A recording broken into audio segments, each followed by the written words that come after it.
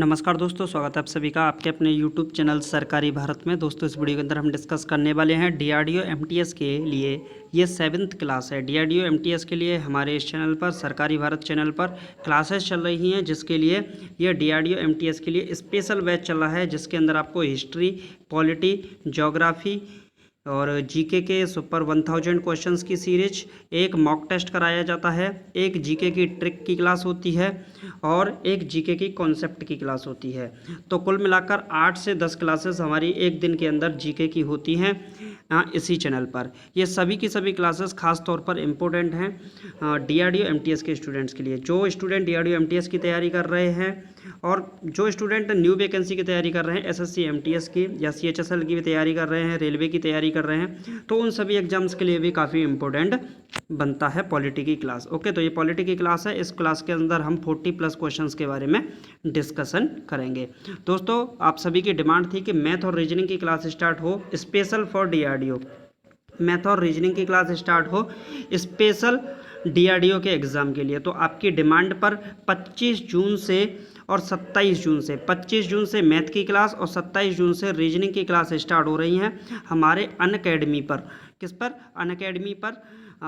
Unacademy पर मेरा नाम क्या है उसे देख लीजिएगा। अनअकैडमी पर नाम है शुभम दीक्षित, ऐसे लिखा है शुभम दीक्षित। ओके, चाहे तो आप अनअकैडमी पर शुभम दीक्षित जाके सर्च कर लीजिएगा। अभी केवल और केवल 60 फॉलोअर्स के करीब हैं और मैं वहाँ पर सिर्फ 1000 फॉलोअर्स को ही पढ़ाऊँगा और लगभग 2-3 दिन में ये कंप्लीट हो जाएंगे। तो आपकी क्लास 25 तारीख से, 25 की डेट से 25 जून से आपकी मैथ की क्लास स्टार्ट हो जाएगी और 27 जून से आपकी रीजनिंग की क्लास स्टार्ट हो जाएगी। ये सिर्फ और सिर्फ DRDO MTS के स्टूडेंट जिन्होंने DRDO MTS का फॉर्म भरा है, DRDO MTS में भर्ती होना चाहते हैं, उनके लिए।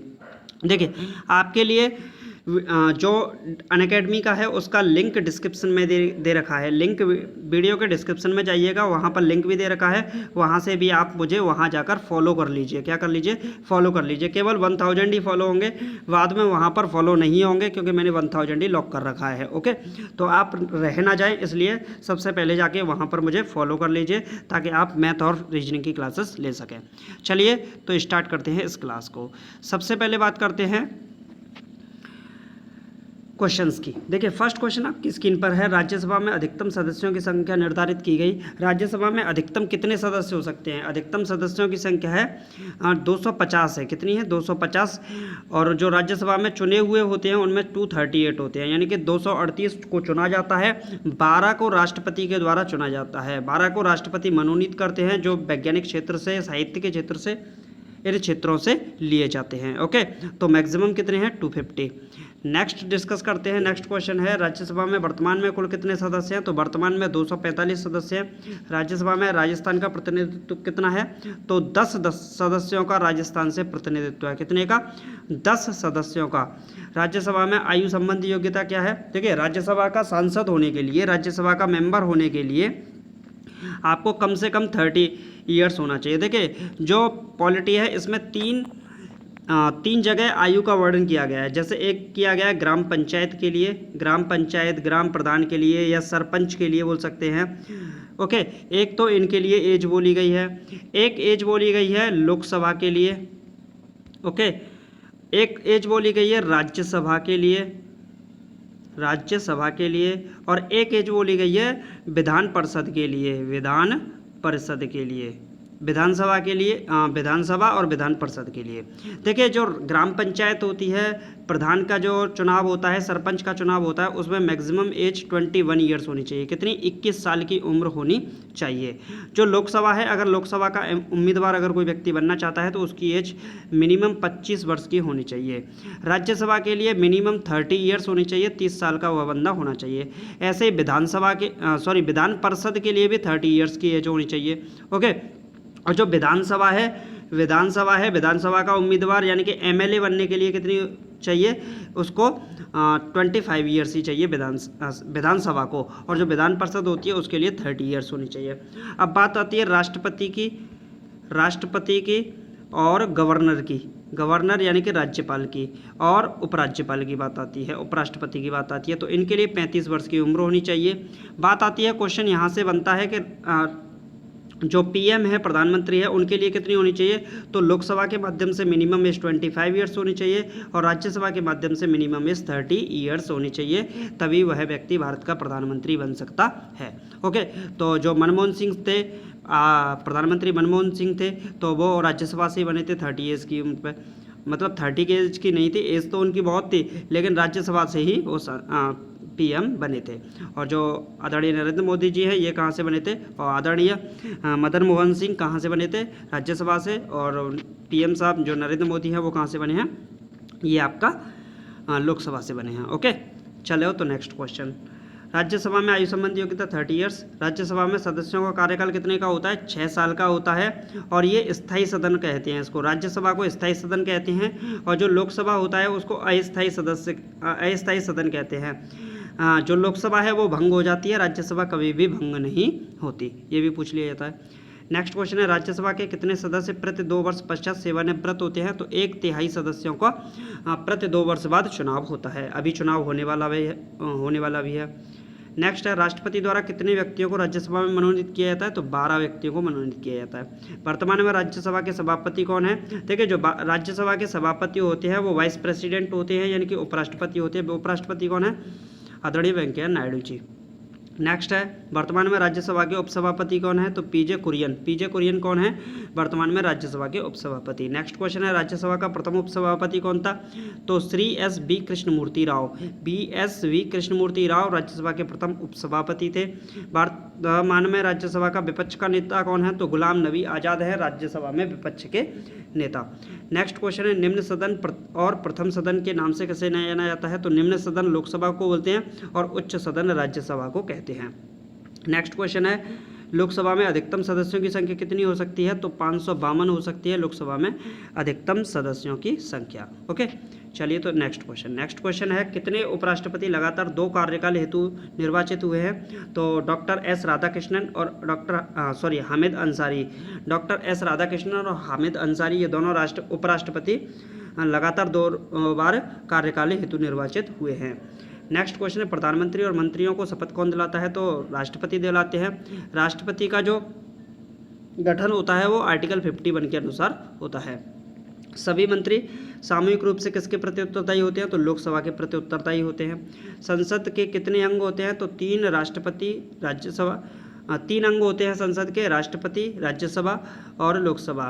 राष्ट्रपति, विधायिका और कार्यपालिका। ओके, नेक्स्ट है अपना, संसद के कितने सदन होते हैं?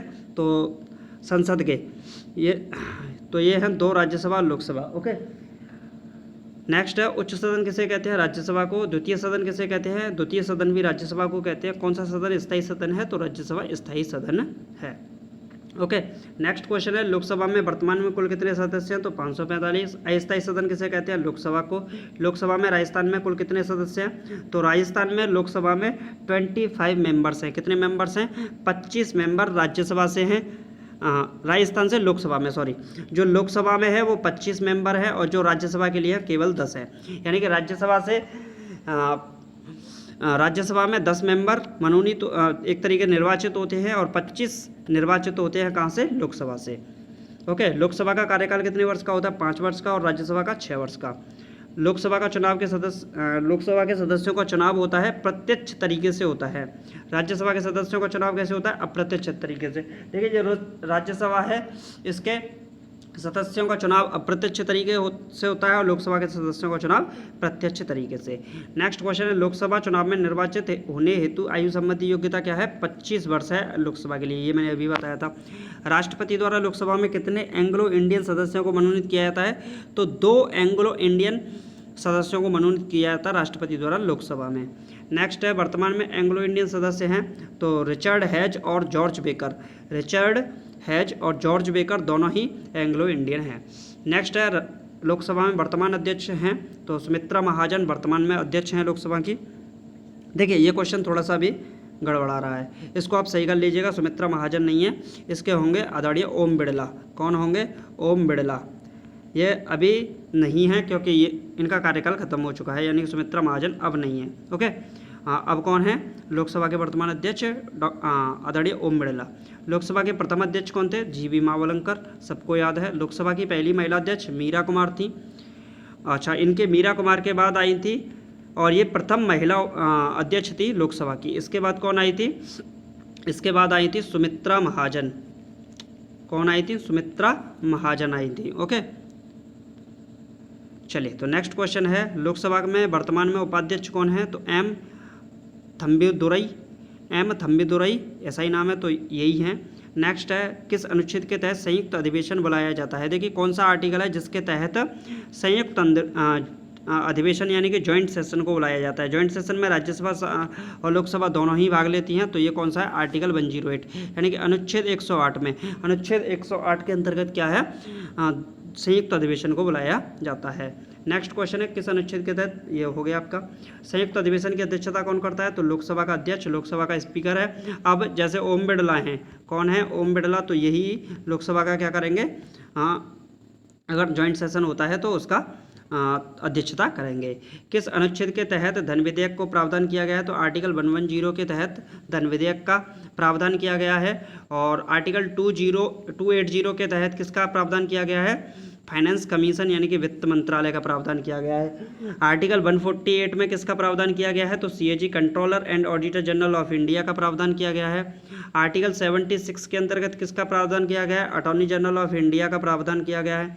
आर्टिकल 265 के अंतर्गत advocate general of the state का प्रावधान यानी कि राज्य के महाधिवक्ता का और ये महान्यायवादी का, ओके, तो इनका प्रावधान किया गया है। ओके, नेक्स्ट क्वेश्चन है, देश की आकस्मिक निधि पर किसका नियंत्रण होता है? तो राष्ट्रपति का होता है। देश की संचित निधि पर किसका नियंत्रण होता है? संसद का। प्रत्येक सांसद को क्षेत्रीय विकास हेतु प्रतिवर्ष कितना फंड मिलता है?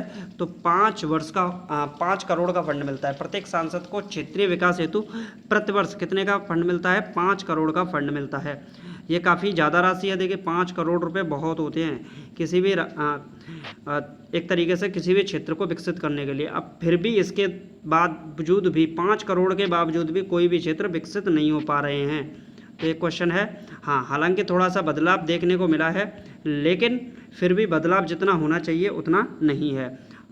तो चलिए मिलते हैं नेक्स्ट वीडियो में कुछ इसी प्रकार के टॉपिक्स के साथ। तो आप अनअकैडमी पर हमें फॉलो कर लीजिए, जिस पर मैथ और रीजनिंग की क्लासेस चल रही हैं। ओके, क्योंकि वहाँ 1000 को ही फॉलो होंगे, बाद में आप नहीं हो पाओगे। Okay, thank you for watching this video. जय हिंद, जय भारत।